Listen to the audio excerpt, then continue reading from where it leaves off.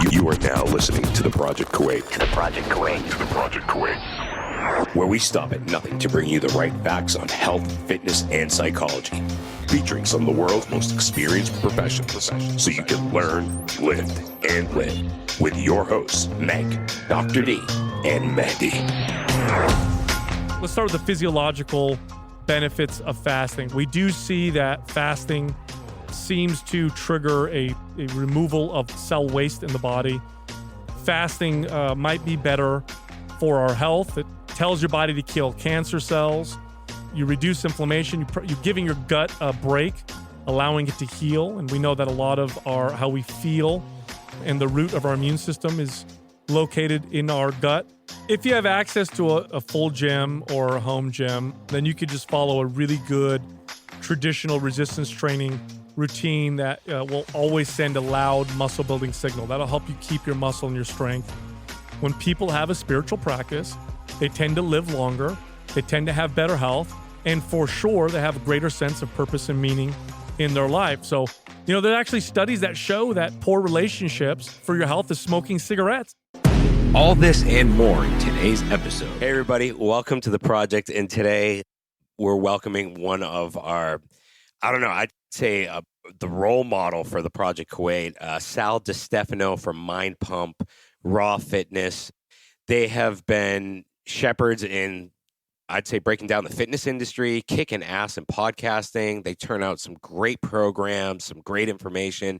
Sal, it's awesome to have you, the Einstein, I think, of the group on the project, man. Like, it's awesome, dude. Thank you for coming on. Hey, thank you a lot for having me on. I really appreciate it. And, when we talked off air, it's awesome to hear you guys were at one point in the Mind Pump forum. I think that's really, really cool. So I'm pretty sure you guys are doing a good job then. We definitely are. You guys have set the mold for us, so to speak. Thank you. Plus Adam got one of our partners fired, so that's pretty cool. Yeah, okay. So you got to tell me about this. How did Adam get somebody fired? I want to hear about this. Well, we've actually never come out and said it, but we started as three of us. And one of our partners, we kind of had some disagreements, and Adam came on the show, and we talked mostly business with him. And when he dived into the rabbit hole of the business and coming together and making sure everyone's aligned with the same goals and pulling their own weight, we just had a partner that we kind of disagreed with, I'd say, right, Meg? Values weren't necessarily aligned, as Adam I just pointed out a lot of key points of, I think, you guys coming together, and it just seemed like all the stars were kind of aligned and the values were there, and, decision-making was a fairly smooth process or, respectful process. And that just was something we needed to kind of evaluate. Wow, that's okay. So now, was it a good decision looking back now that you did that? Was that the right decision? 100%. I mean, so. Cool. Yeah, we've grown so much since then, in terms of our listener base. He used to hold up a lot of projects. And right now, it's like things go through the pipeline so much faster. So we've grown so much, and we've done so much better since. Yeah, it's super, super important that the people because a partnership in business is not that different from a marriage. And you have to have the same core values. Now, of course, you're going to be different. People are different. So you can't, and I don't think you necessarily want to work with someone who's exactly like you. You want to have differences so that you can complement each other and grow. But those core fundamental values need to be the same, because then you're always driving in the same direction with different opinions and different ways of doing it. But if those core values are different, it's all but impossible. Then if your core value is integrity and the other person's core value is just to do whatever it takes, even if that means not having integrity, you can't possibly work together for very long. One of you is going to have to compromise on your value. And if it's your core value, that means it's probably something you don't want to budge on. Oh yeah, absolutely. Yeah, it was more like the collaboration side of things. And when you can't find a way to kind of incorporate all of your values together or enroll one another in what you're doing and keep that collaboration going, it makes it really hard. You just sit in that kind of paralysis phase of decision making, and it just makes it really frustrating for the business to go forward. So, oh yeah, I know. I totally understand. I mean, luckily for me, my partners and I all really do line up very well with our values. And so, when we have disagreements, and believe me, we have them often, and sometimes they're loud and heated, but nobody takes it personal. And at the end of the conversation, whatever direction we decide to go, everybody's behind it. Even if it was an idea that you initially disagreed with, once we make that decision, it's the whole team, let's go. And it's my idea now, even though it wasn't. And so it's a very important thing, I think. And luckily for me, I found people that line up that way. Yeah, you guys have done a hell of a job setting the standard for all of us. Yeah, man. I think just ethically and just information, what we're putting out there. Dude, I consider you guys writing the playbook right now for podcasting, to be honest with you. From the beginning, listening to you guys has been like a learning curve from so many perspectives. And going back to it, there was an episode where you and Adam were kind of hashing it out about the whole introduction thing of giving a wraparound intro. And I thought that was awesome because it's like real life learning. So, I got to tip my cap to you guys. You're really writing a playbook, and hopefully one day it will be, in university somewhere where kids actually have to study this shit.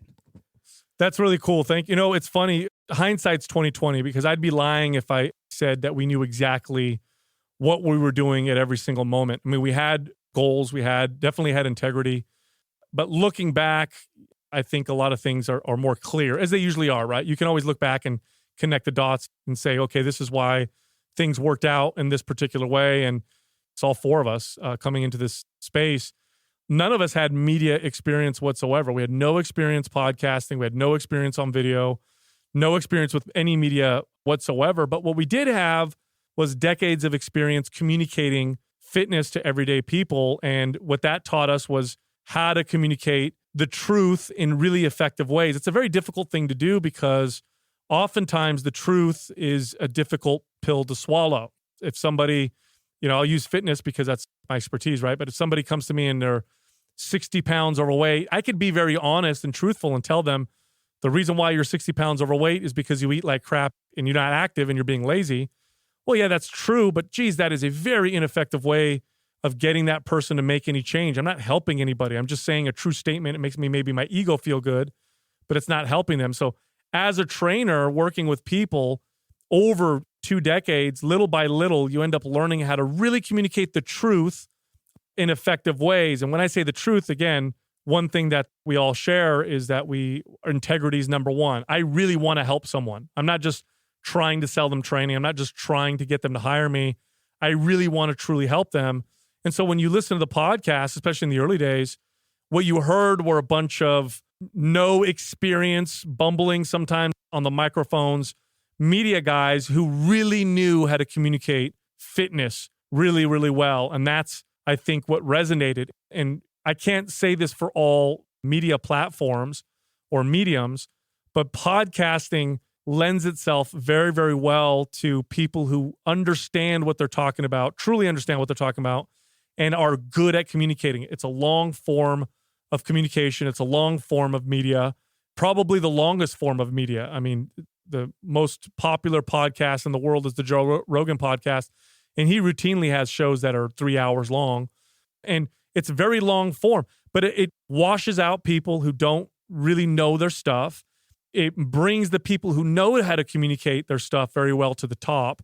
And you need to have a lot of depth of knowledge because you can't fake an hour or 2 hour podcast every week. After a certain period of time, it's going to come out that you don't know what you're talking about. Now you can fake Instagram, you can fake other media, you can fake short commercials.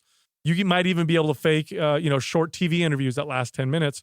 But with podcasting, it's a lot more difficult. So I think for us, it really was finding the right medium for our values and our skill. And it was just the perfect marriage. Podcasting was perfect for what we do well, which is communicate fitness. Yeah, you bring up a lot of great points with that. Because Maddie, I think we had just talked about this on another recent episode of how your communication is far more important than the knowledge base that you have in a lot of ways. It's being able to effectively communicate with people.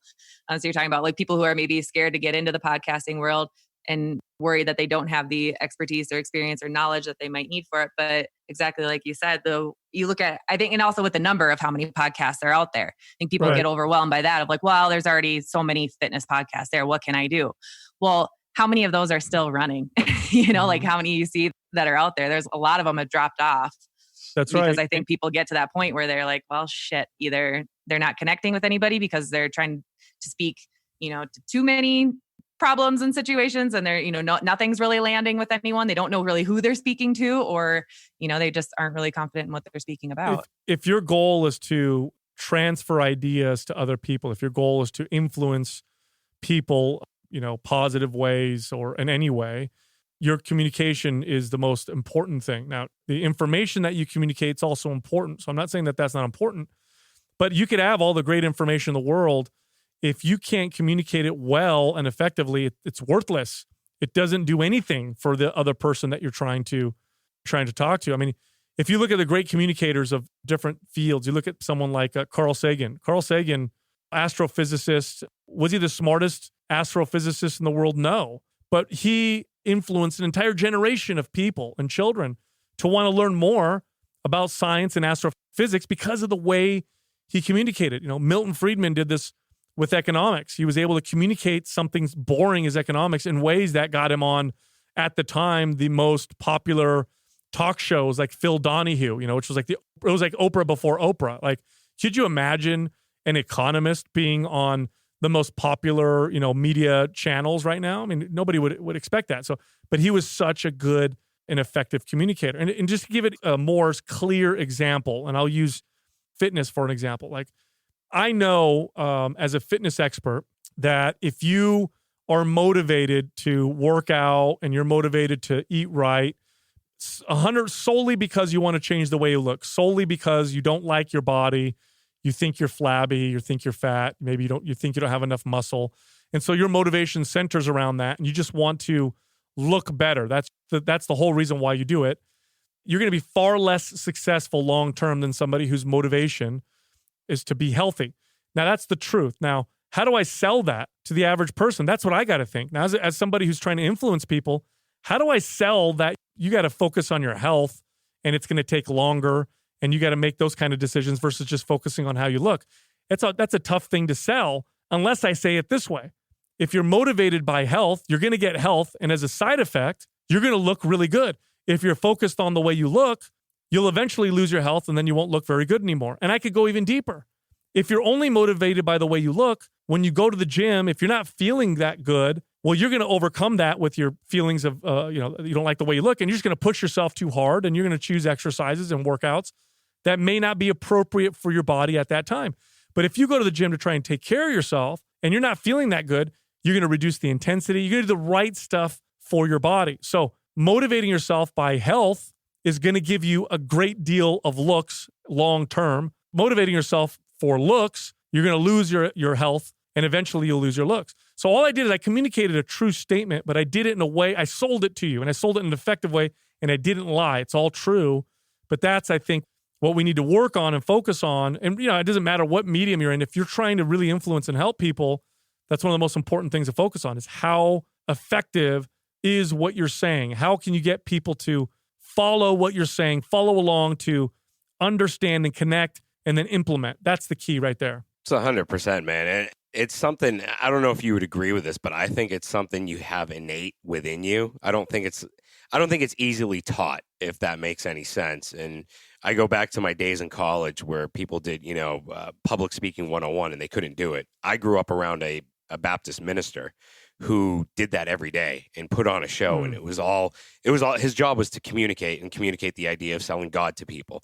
And he did it very well. And that's where I learned it from. And I joke, I say I could sell ice to an Eskimo because I used to be a salesman too. So do you think it's innate, or do you think it's something that can be built over time? Well, I think it's probably both. I think like any skill, you probably are born with a certain, potential range, if you will. Like there's a certain potential that you have for, let's say, strength.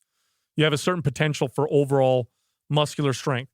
Now, how you reach that potential is probably due to your lifestyle. So I can train my body perfectly. I can eat a certain way, and then I'll get closer to my upper potential. If I do nothing, then I'm probably, especially if I'm genetically gifted for strength, I'm probably going to be better off than a lot of other people.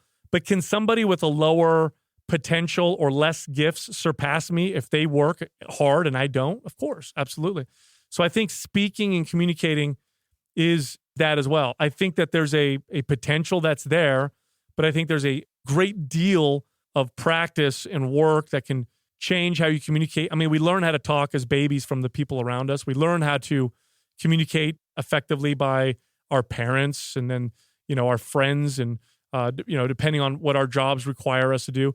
I trained and developed trainers and salespeople for years, and I always could improve their ability to communicate. But you're right. There's definitely those people that have a gift. And then if you throw on top of that gift, practice and effort and awareness around communication and learning different skills, you're going to get a much better performance for sure.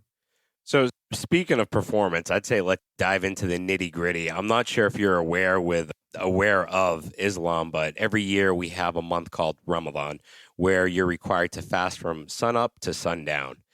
And, to get into this, because there are a lot of different ideologies about it and how to go about, weight loss during that month and how to go about fitness in general. So you wrote the guide to intermittent fasting, which is something that I had the pleasure of reading a few times. Now, can you break that guide down a little bit and then we could dive into some of the questions that I had?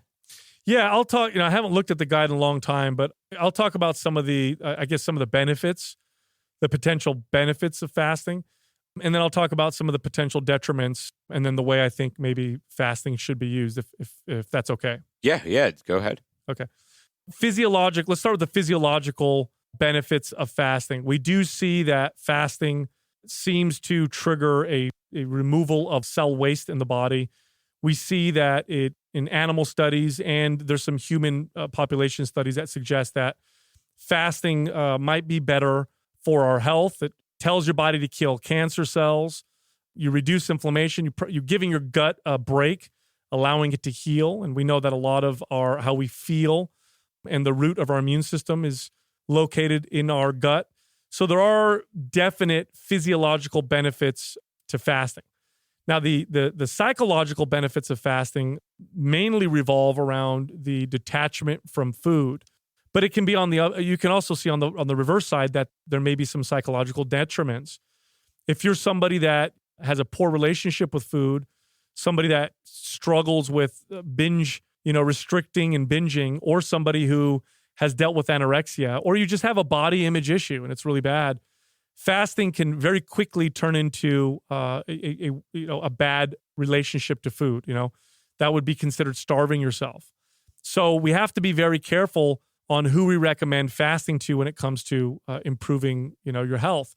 I think fasting, if you're using it from a spiritual standpoint, it can be exceptionally beneficial. Every major religion in the world has fasting, be a part of it. I know Islam it's got a very big part of it. There's a whole season where fasting is advocated, and you could argue that the roots of that again have to do with detachment. It's not just food, by the way. You could fast from modern technology. Try fasting for a month from modern technology. You learn a lot about yourself, and you start to realize that you're not dependent on certain things that you thought. Fasting from food allows you to eliminate the way you may use food to comfort yourself or deal with stress. It's hard. It's hard to fast. So anytime you challenge yourself, you tend to grow. So there's lots of potential spiritual benefits. The physiological benefits I talked about are real, and they've been proven in studies, especially the anti-cancer benefits. That's where they get really interesting. There's studies out of, I can't remember which university. I believe it's the Southern California University, head by Dr. Walter Longo, that show that fasting before chemo allows cancer patients to kill more cancer cells and actually protect healthy cells more, because fasting tells the body to kill old cells or dysfunctional cells. And it also tells simultaneously the body to protect very healthy cells. In fact, if you are somebody that is, let's say you're treating SIBO, which is a bacterial overgrowth in your small intestine, you probably don't want to fast while you're treating the SIBO, because fasting tells that bacteria to protect itself and hunker down. So if you're taking antimicrobials while you're fasting, that bacteria it hunkers down and it doesn't get affected as much by the antimicrobial. So it's got some very interesting effects. Now, it can also have some negative physiological effects on some people, though. So let's say you're somebody that is, you have HPA axis dysfunction. Let's say your hormones are off. You're a woman and your progesterone and estrogen levels are not balanced. and they're not balanced because you don't get good sleep, lots of stress. Maybe you're working out too hard for your body, depending on the context. So you're just pushing it too hard. Fasting on top of that's going to make things worse. Then you'll start to see hormones go even more out of whack. You might lose your period. Your fertility will drop. For a man in a similar situation, let's say you're overworked, overstressed, don't get good sleep, and then on top of it, you throw fasting on top of it. Well, you'll notice some drops in testosterone and sperm count drops, and your body may actually start to put itself in an environment, in a hormonal environment where building muscle will be more difficult. So fasting, great health benefits if the context is right. And it has some health detriments if the context is wrong. And I don't think that that's unique to fasting. I think that's actually true of almost anything. I could say the same thing about a workout. If the right person does a certain workout, it's going to be very beneficial. And if the wrong person does it, it's going to be very detrimental. So that's how I like to communicate fasting, because we can focus on the positives, but I don't want the wrong person hearing it. Like, I definitely don't want somebody who has issues with food, who likes to starve themselves anyway, to hear me talk about the benefits of fasting and then justify it. Be like, well, I'm just fasting because I heard it's really healthy, and they're not eating. They never eat. And that would be the wrong message. Right. You definitely have to be able to discern, is it right for me or is it not? Is it the right time? But some of the other things I kind of want to touch on with this, you mentioned like the constant digestion and giving yourself a break from that. Something we've talked about in previous episodes with other people and kind of relating to the hormone aspect as well, is just honoring that circadian rhythm and that, body clock around our digestion. Can you talk just a little bit more about that? Yeah. So your circadian rhythm is what tells you to wake up or to go to sleep. And your body receives signals from your skin, your eyes, your digestive system that tell it that the sun is either up or that the sun has gone down. So one that's familiar and easy for people to understand is the signal your circadian rhythm will receive from your eyes, right? If I'm in constant bright light, even if it's nighttime outside, my brain is going to register that the sun is out. And so it's not going to prepare itself for sleep. So this is why when people are on their computers or they're in bright lights, and then they feel like it's time for bed, and they try to go right to sleep, they actually have poor quality sleep because it takes a couple hours for the brain to register and wind down and then produce the melatonin and all that stuff. So you go to bed, even though you think you're getting 8 hours of good sleep, you've cut it short because you didn't give your brain time to register that the sun went down. Because you got to understand that we evolved for most human history, without electronics. And so we would be outside, and, when the sun went down, as it started to get darker, the brain started registering that the sun is going down. It started to get ready for sleep. Well, food does the same thing. So if I eat food, my stomach and my digestive system is sending a signal that says that it's daytime. And the reason why it's doing that is because humans probably did not burn and cook food in the dark. We're not we're not great nocturnal creatures. We can't see very good at night. A lot of predators out at night. Probably the wrong time to be cooking your food over a fire is when it's pitch black outside and there's lions that are going to smell it, come get it. So we probably ate when the sun was out, and then as it got dark, we got ready for, preparing ourselves for sleep and to hide from, all the predators. So anytime you eat, that sends a signal to your brain that, the sun is out. So if you eat right before bed, you're going to, and the studies are pretty clear on this, you do negatively influence your sleeping patterns. You either don't sleep as fast, you don't get as good of deep sleep, or you end up waking up throughout the middle of the night. And that has a very profound impact on your health and your hormones, and then indirectly on your body's ability to adapt to exercise so you don't build muscle as effectively or burn fat as effectively. Yeah, the sleep is huge. And I think it gets viewed a lot of the times as a luxury for people. Like they think that sleep is, something, it's a luxury to have. But I know during Ramadan, if you talk to people about what's the hardest thing during Ramadan, and most people will talk about their sleep. It's extremely disrupted because there's gatherings and, you eat when the sun goes down. So you're eating in that time that's obviously off with your body clock. And that time it's big gatherings. There's a lot of, social stress that kind of goes along with that. And that just adds on to, I think, what you were touching on before about those hormone levels of, what kind of stress load are you under? And so you've got social obligations, your sleep is down. So you're tired. And now during those feeding times in the evening, people are more likely to reach for things like the sugar. They're less likely to be eating things that hydrate them. Right. So I guess what kind of insight do you have on that, knowing that the practice during Ramadan is you're eating in that time when you're not supposed to? If you're doing intermittent fasting any other time, it's good to work that in during your, your fasting time in the evening. But during a time like Ramadan, right? Well, I'll say this, there's trade-offs to a lot of different things. If your spiritual practice and we got to understand this, and this is something that a lot of trainers don't necessarily talk about or discuss because historically it hasn't been in our lane. We don't necessarily understand health in the full context. We tend to, when trainers talk about health, or at least popular people in media who talk a lot about health, they tend to focus on exercise and eating right and being lean and that kind of stuff. And sometimes they'll talk about sleep. That's getting more popular. But even less popular is talking about spiritual health. And this is actually, and I'm not going to get spiritual here. I'll just point to the data, and scientific studies are very clear. When people have a spiritual practice, they tend to live longer.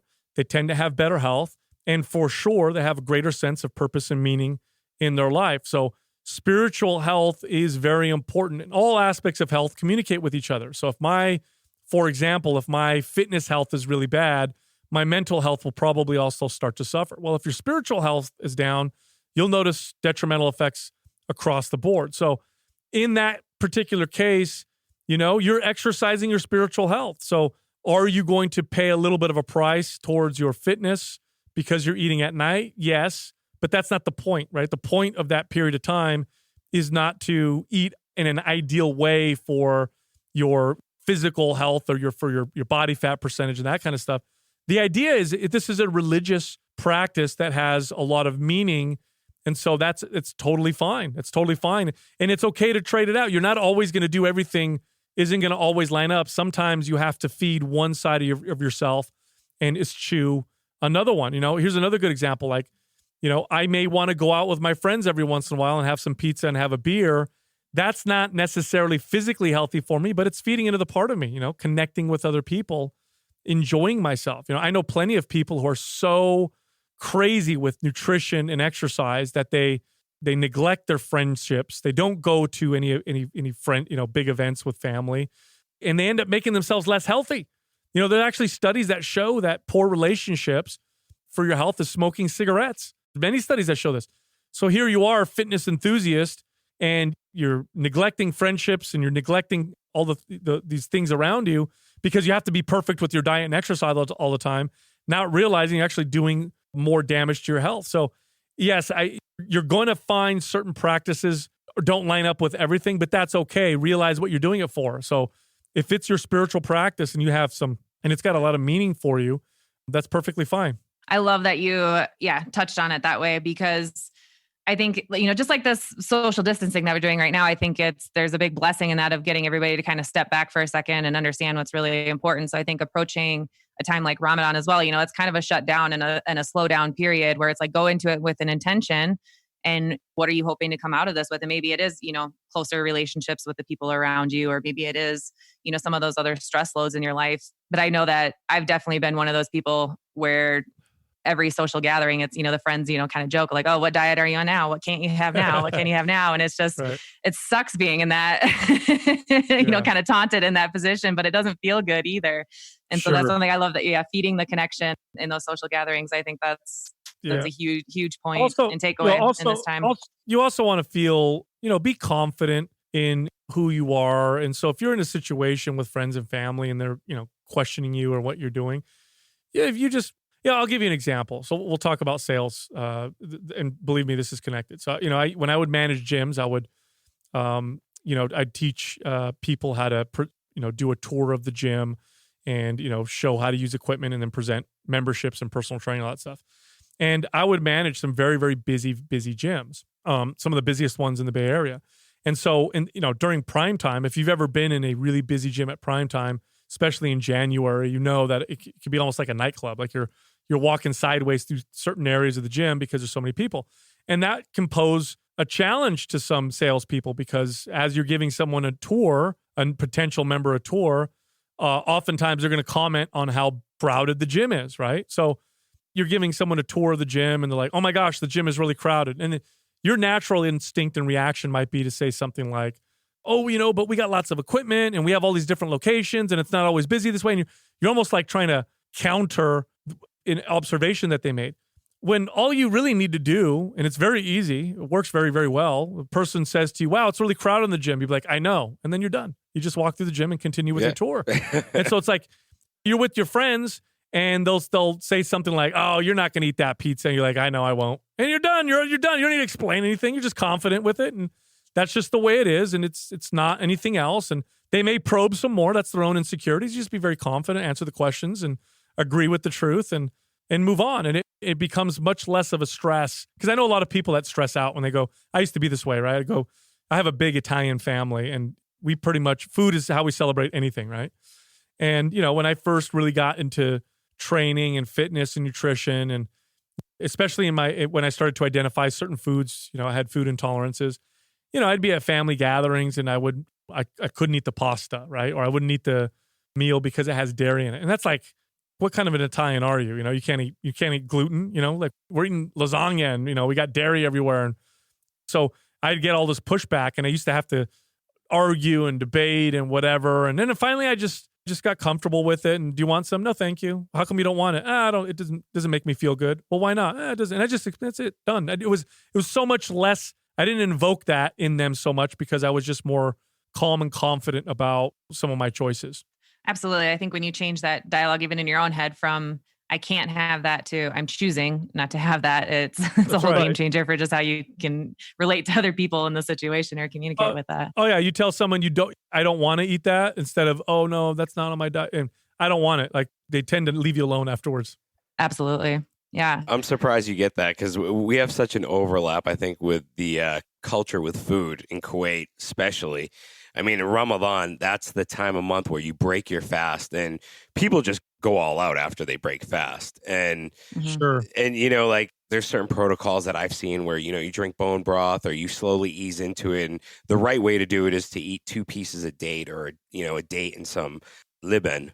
Meg, what's Liban in English or in America? It's just like a real is it like yogurt? Yeah, it's like a yogurt drink. It's like kefir. It's like kefir.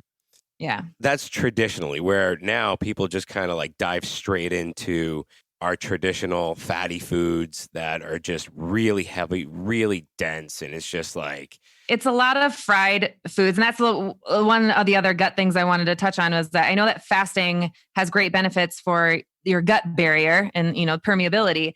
But I know that a lot of these fried foods and, things that Maddie is talking about that the traditional feast is going to kind of have in there, those are things that are going to destroy it. So what's the words of wisdom there? Well, I mean, you have to remember what your intention is. I mean, what's the purpose of not drinking alcohol for a week so that you can binge on the weekend? If let's say you're someone who has alcohol problems, I don't drink Monday through Friday, but Saturday and Sunday you crush yourself with alcohol. That's what you're doing is you're not following it for, look, your intentions maybe not there, right?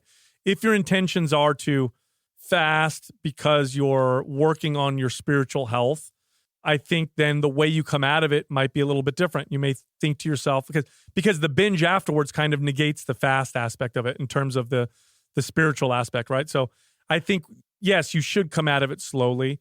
And if the fast just leads to a binge, then the benefits that you might have gotten, you're probably going to get less because now what you're practicing is restrict and binge rather than fast and detach and then ease back in. It's just like it's like you put up a barrier and then you turn the barrier down and the floodgates open and then everything goes through. So now from a physiological standpoint, well, yeah, you're not doing yourself a lot of benefits if you fast and then hurt yourself with food.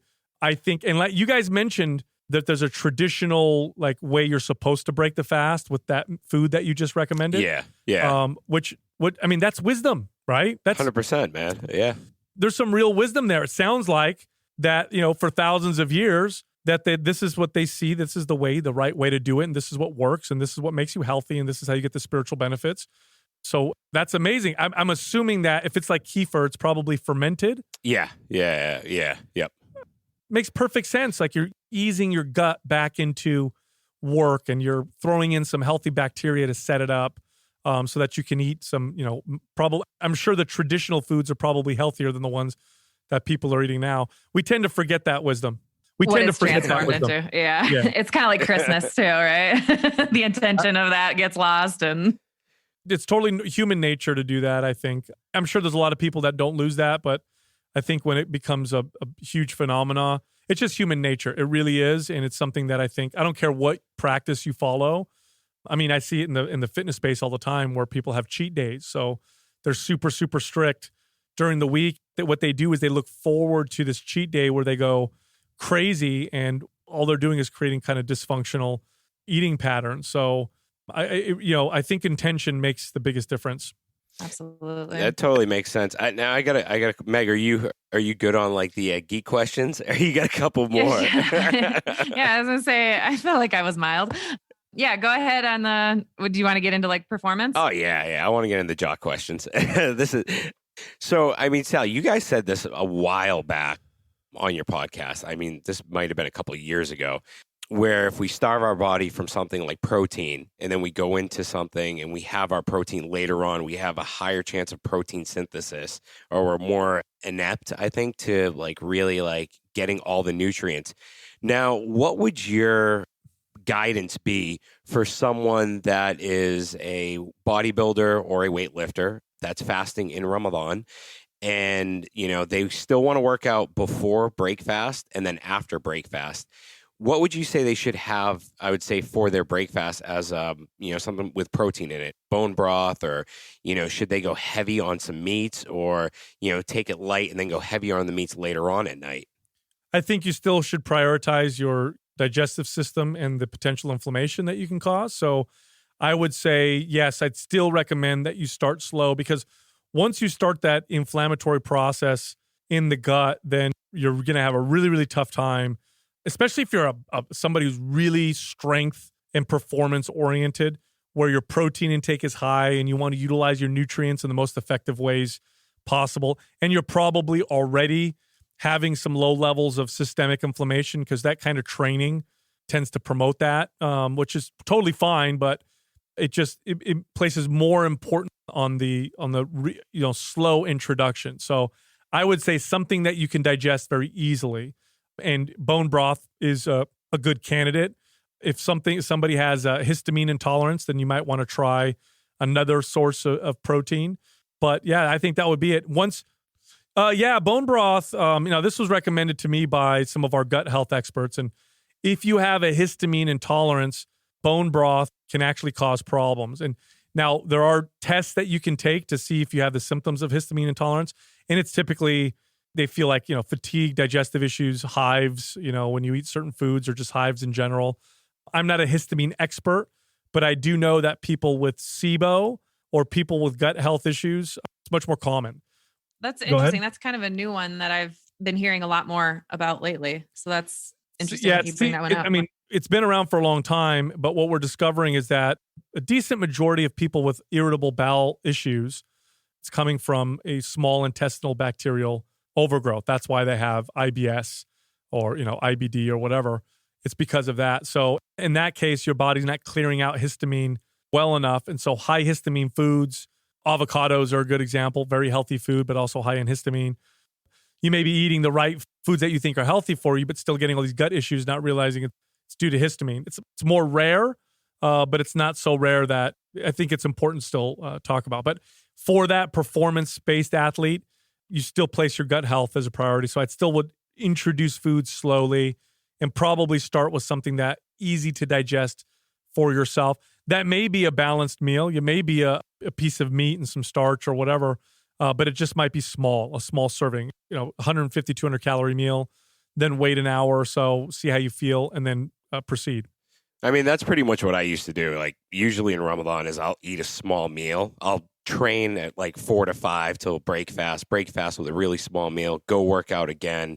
And then after that, that's when I kind of go peckish throughout the night, the rest of the night until I go to bed, where I'm just kind of eating small meals here and there, not really overdoing it, because if you overdo it, my stomach feels like shit afterwards, if that makes any sense. Yeah.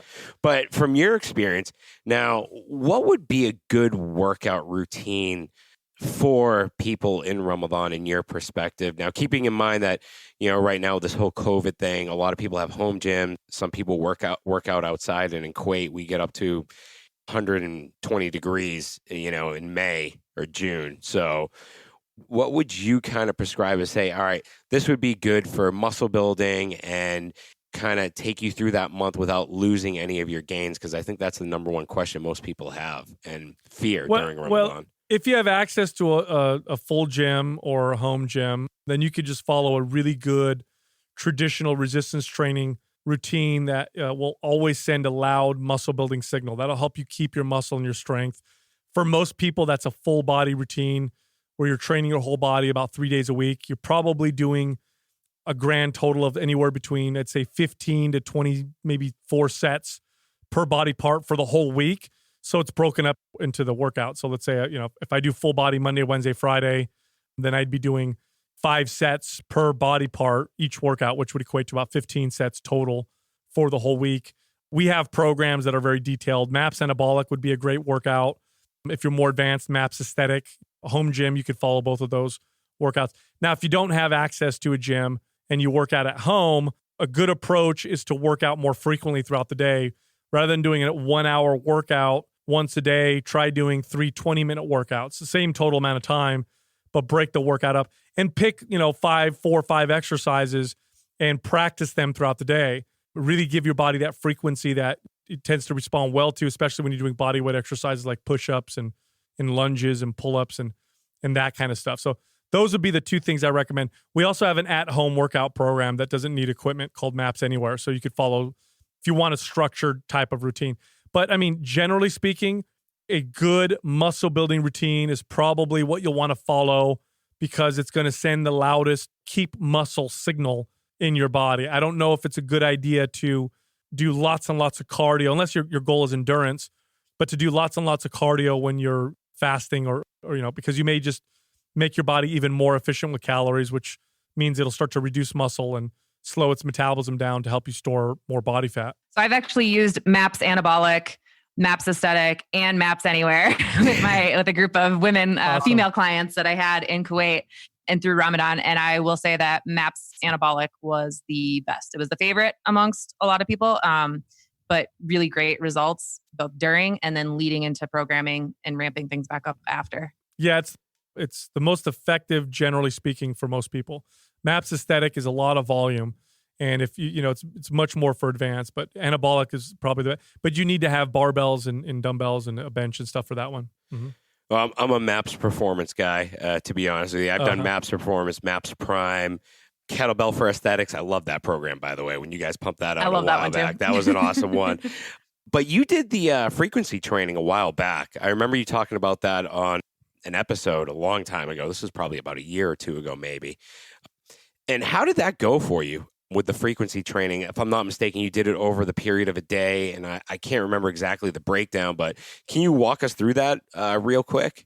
Oh, man. It blew me away. So, there's old studies, old Soviet studies, they dominated weightlifting for a long time. And if you look at these studies, what they found was that, rather than doing 10 sets of an exercise in one session, to break it up into 2 or 3 sessions throughout the day, they just found greater strength gains, more muscles, better muscle building, just better performance overall, just through, if the volume and the total reps and all that stuff are controlled, just breaking it up throughout the whole day. The body tends to work that way. We tend to work a little better. I mean, I can apply that to anything. It'd be like studying. You could study for a full hour, or you could study the same content, 20 minutes at a time, and you're probably better off, with the frequent exposure. It's just our bodies tend to work a little bit better that way with most things. And I thought that would be true with resistance training as well. So what I did is I have a garage gym, and I had a day where I didn't really have anything else to do. And so what I did is every other hour, I would go out to my garage and I would do, 3 sets of 2 or 3 different exercises. So I do squats, bench presses, and barbell rows. And I do about 5 to 6 reps. And the intensity was moderate at highest. I'm doing 5 reps with something that I could probably do 10 reps with. And I just did it every other hour, so 9 a.m. and then I do it again at 11 a.m. and then I did it again at 1 p.m. And I did this all the way down to, I believe it was like 6 or 7 p.m. at night. And it was very, very interesting what I found. What I noticed as I did this workout was by the third or fourth workout, I was actually stronger, which was very strange. Like I started to feel more connected and stronger. The last 2 workouts, I could start to feel that I was starting to get a little bit fatigued. Because of the way I did it, I was able to do more volume and sets than I would ever be able to do in one single workout. And then, 2 days later, when I went back to my normal workout, I was stronger and I actually felt like I built a little bit of solid muscle. And I know this because I've been working out for so long, I can tell, I can feel it in my body. So very, very effective. Something I could see you applying infrequently, like once a month or maybe twice a month at the most. The drawback, of course, is you need a whole day. You need a whole day, to do this. I would eat some food in between, the workouts. It's not a convenient way of training, but what's funny is that we're in these weird times right now, people stuck at home. If you're going to experiment with anything like that, now's probably the time. 100%. What was your warm up like, dude? I mean, that must have been crazy. Every time you're going in to do sets, did you have to get the whole body warm again, or like did you just go into it and? No, I warmed up for the first one, and then the second one I did a little bit, and I didn't have to anymore. It was like every other hour I would jump under the weight and be fine. That was what was so strange. Oh, it's amazing. That's amazing. Yeah, that's something I definitely might try. And what about the whole protein synthesis? So you hear everybody, and you guys have said this on the show countless times, that we always run for the protein shake right after a workout because that's our optimal window. When in reality, we know science has completely debunked most of that. So what's your take, and what could you say to some of the bodybuilders here and, on that in terms of, you don't have to be afraid to not get that protein shake in right away after you break fast and right after the workout and, kind of protect the gut health a little bit? Yeah, there's only 2 reasons why it would be beneficial to have a protein shake right after your workout. One is if you plan on working out again, not that much later in the day, okay? Because then it helps you, recover so that you can perform again 2 or 3 hours later if you're going to work out again. So there's some athletes that their coaches will take them through like double days, in which case you want to have some food in between your workout so that you could do the second performance again without too much of a drop in performance. The second reason why it might be beneficial is just you have a tough time hitting your protein requirements, and that's another time you can add some extra protein. But aside from that, there's zero benefit. There's no magical benefit. You're not going to build more muscle. You're not going to recover better. It's been totally debunked. But the supplement industry, they grabbed onto that one because they ritualize protein intake. So one of the most effective ways to get people to consume a lot of your product is if you can tie it to a ritual. Like take this right before you go to bed, or right as soon as you wake up, or right before your workout, right? So, or right after your workout. That's pre-workouts, before workout, shake after your workout. It was brilliant. So now people, they start to feel like their workout's a waste if they don't have a shake right afterwards, or they're not going to have as great of a workout if they don't have a pre-workout, for example. So that's all it really was. There's no magic benefit to it at all. Doesn't matter. You could eat 2 hours later. You're going to recover just as well and build just as much muscle as if you had the meal right afterwards. Now, there is a potential detriment for some people. If you're somebody already suffering from gut health issues, that increased amount of inflammation post-workout, which is normal, now sets you up for more gut health problems when you eat food in that inflamed state. Because when the gut is inflamed, it's more permeable. You're more likely to develop food intolerances. As a result, your microbiome is altered by the inflammation, so you're not going to digest it as well. And so they find that people who have gut issues who also eat right after the workout, they find worse gut issues developing later on. So if you have gut health issues, then the worst time to eat is right after your workout. That makes sense. I got a random question for you, by the way. What are you pulling off the ground now for a deadlift, dude? Like, I haven't heard you talk about that on the show in a while, man. So I'm just curious, like, have you gotten to 600 yet? Or, what was the number you were chasing a while back? I can't even remember, but you're up there. You're what, 41, if I'm not mistaken, 42? Yeah, I'm 41. Actually, wait, 41 or 42? Yeah, 41. You're still pulling some sick weight. So can you talk about that a little bit and what your deadlift number's at? Deadlifts are one of my favorite exercises. It's an exercise that comes more naturally to me. The most I've ever pulled is 600. Right now, I don't know because I've been working a lot more on mobility. I could probably pull in the low 500s. It's usually anywhere between low to high fives is usually where my number is. To get to 600, I don't know if I'll be able to do that again, but that's always in the back of my mind. But at the moment, I don't know, probably low fives. Low fives? All right. And you guys are advocates of man strength, right? Like the older you get this weird strength. I think I've heard you guys talk about this before. Old man strength. Old man strength. Do you agree with that? Do you agree with that statement right there? Hey, man, that's the real deal. Like you're, and it's not because you're stronger. It's just you're in your body. You've been in your body for a lot longer. You know how to use your strength. We all know, man. Remember you're an 18-year-old kid? Oh, hell yeah. Full of piss and vinegar, and you're really strong and whatever, and then you go wrestle your dad or your uncle who's way older, and he just kicks your ass, even though you could lift more weight than him in the gym, and you got more muscle, and he kind of looks out of shape. But he just kicks your ass because he's been in his body for 30 years. You know, it's like a puppy. You ever watch a puppy grow real fast and they're real big, but they're clumsy?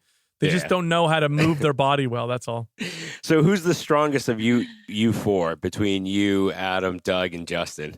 Oh, definitely me, 100%. Way stronger than everybody.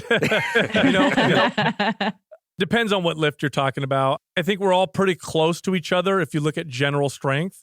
But, Justin is a really, really strong at squatting and pressing, and Adam is just generally good at most exercises. Doug, pound for pound, is incredibly strong. So we're all around each other, I would say, in terms of just general overall strength. But we never work out together. I think we've only worked out together 2 times or 3 times in our entire lives. And it's because it's real easy to get caught up in and we're old enough now. We're old enough and mature enough to know that it's not worth it. So if we start working out together, the egos come up. Oh yeah. There's nothing you can do about it. It's there. You're going to do it and it's fun. And then, you end up getting hurt. We don't even work out together. If we go to a gym, it's like everybody does their own thing. That's awesome. Parallel play. Totally. That is awesome. I mean, I guess I'm done with the jock question, so I'm good on my side. Yeah. I'm good. I think that was very, very helpful information. I think it's a good mindset to get people going into Ramadan here for the next couple of weeks and just kind of debunk a lot of the things they might be worrying about in their mind of what's going to happen with their health during this time. And so I think, thank you for bringing some insight and that everything is going to be fine. Yeah, no problem. I appreciate you guys having me on, and I'm glad. I enjoy doing this. I enjoy talking about these types of things. The more people I can talk to, the better. So I really do appreciate you guys inviting me on.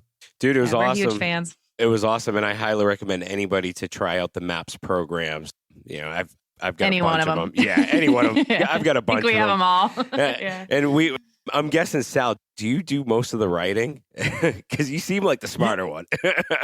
I'm going to take my pokes. Yeah. No, you know what? I'm definitely not the smartest one. These guys are very, very intelligent at what they do, but we all have our strengths, and I can write, probably faster, I guess, get my ideas out on paper more. So I do most of the writing, but I got to give credit to these guys. They're incredibly smart guys. I mean, I've learned so much stuff from these guys just from working with them.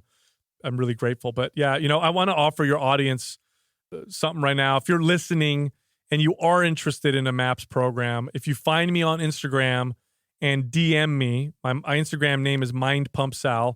If you DM me and tell me that you heard me on this podcast, I'll give you a 50% off coupon code for any program that you choose. Oh, hell yeah. Oh, that's awesome, man. Thank you, dude. That's awesome. We appreciate that. We really You can also appreciate follow Sal for the great memes. Oh, yeah, dude. You crack me up, on man. Instagram. My friends, I told one of my friends that we were interviewing today, and he said, be sure to thank him for reposting one of my memes. It's like, I'm sure he doesn't know which one it is, but that's sure. awesome. That's awesome. Good entertainment. I was just joking, by the way, man. You guys are all smart, man. Thank you. Appreciate it. You really are. Thank you so much. And thanks for pumping out all the content over the years, dude. You guys Thank you very much. All right. Yeah. Thanks, buddy. Have a good one, man. Sal. Appreciate it. Bye. Thanks for listening to this episode. If you enjoyed it, please head over to iTunes to subscribe, rate, and leave a review. You can also find us on Instagram at The Project Kuwait. Thank you, and join us next time.